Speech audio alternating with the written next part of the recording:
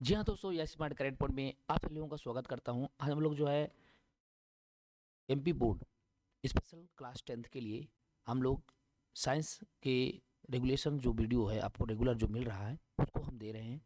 इसके पहले मैंने 2 अंक के प्रश्न और 1 अंक के प्रश्न करा दिया था। चैप्टर नंबर फर्स्ट है हमारा रासायनिक समीकरण। इससे से बाहर कोई भी क्वेश्चन नहीं आने वाला है। इसको अच्छे से पढ़िए दोस्तों। बस आपको ज़्यादा नहीं 10 से 15 मिनट 20 मिनट का समय आपको देना है। ज़्यादा से ज़्यादा आधे घंटे का समय, इससे ज़्यादा आपको समय नहीं देना है। बस इसको पढ़ना है। कई बार इस वीडियो को देखेंगे तो आपको जरूर समझ में आ जाएगा। तो देखिए इसमें क्या है। प्रश्न नंबर अंक 3 अंक के एक क्वेश्चन है। इसमें कैसे आ सकता है देखिए। तो क्या होता है, देखिए पहला बोल रहा है जिंक धातु का टुकड़ा कॉपर सल्फेट के विलयन में डाला जाता है। देखिए मान लीजिए जिंक धातु है, अगर एक कॉपर सल्फेट के साथ डाला जाता है तो जिंक जो है सल्फेट के साथ क्रिया करता है तो जिंक SO4 बनता है। क्या होता है, जिंक का भी कम बैलेंसी 2 होता है और कॉपर का भी बैलेंसी जो है 2 होता है। इसकी वजह से क्या होता है, इनमें कोई भी चेंजिंग नहीं होता है। जिंक ZnSO4 हो जाता है और जो हाइड्रोजन हो जो इसका जिंक होता है ये थोड़ा सा गलत है। ये हाइड्रोजन नहीं निकलता है, ये जिंक जो है जिंक बाहर निकलता है। ठीक है, तो ये जिंक जो है बाहर हो जाता है। तो देखिए इसमें क्या होता है, विलयन रंग रंगहीन हो जाता है।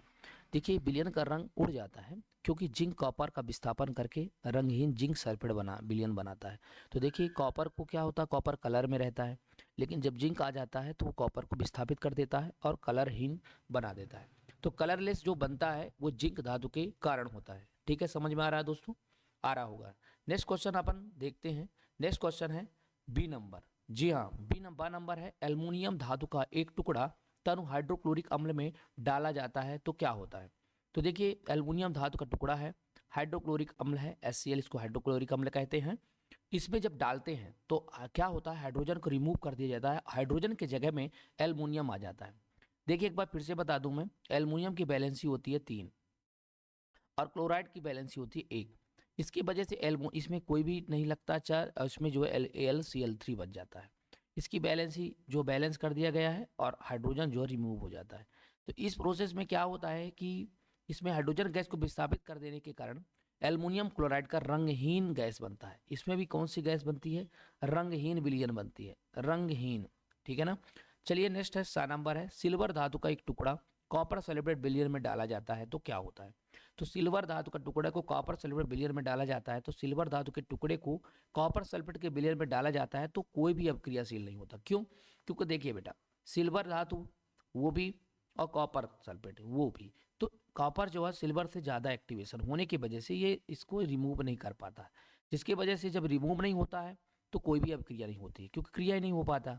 इसलिए समझ में आ रहा कि नहीं आ रहा? ठीक है, अब प्रश्न नंबर 2 है जो 3 नंबर के बन सकते हैं। ये प्रश्न को थोड़ा समझने की कोशिश करिए।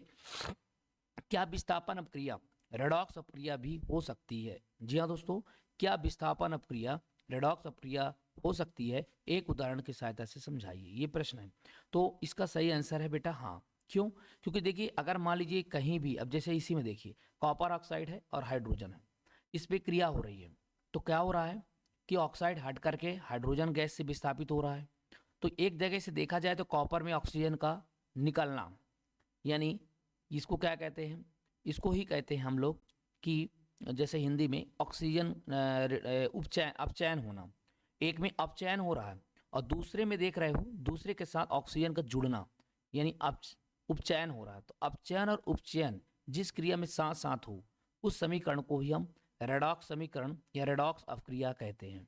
तो बस इस तरह हम कह सकते हैं कि रेडॉक्स अपक्रिया है। नेक्स्ट क्वेश्चन है जब कील, देखिए नेक्स्ट प्रश्न नंबर 3 है जब लोहे की कील पर कॉपर सल्फेट के विलयन में डुबोया जाता है तो विलयन का रंग क्यों बदल जाता है।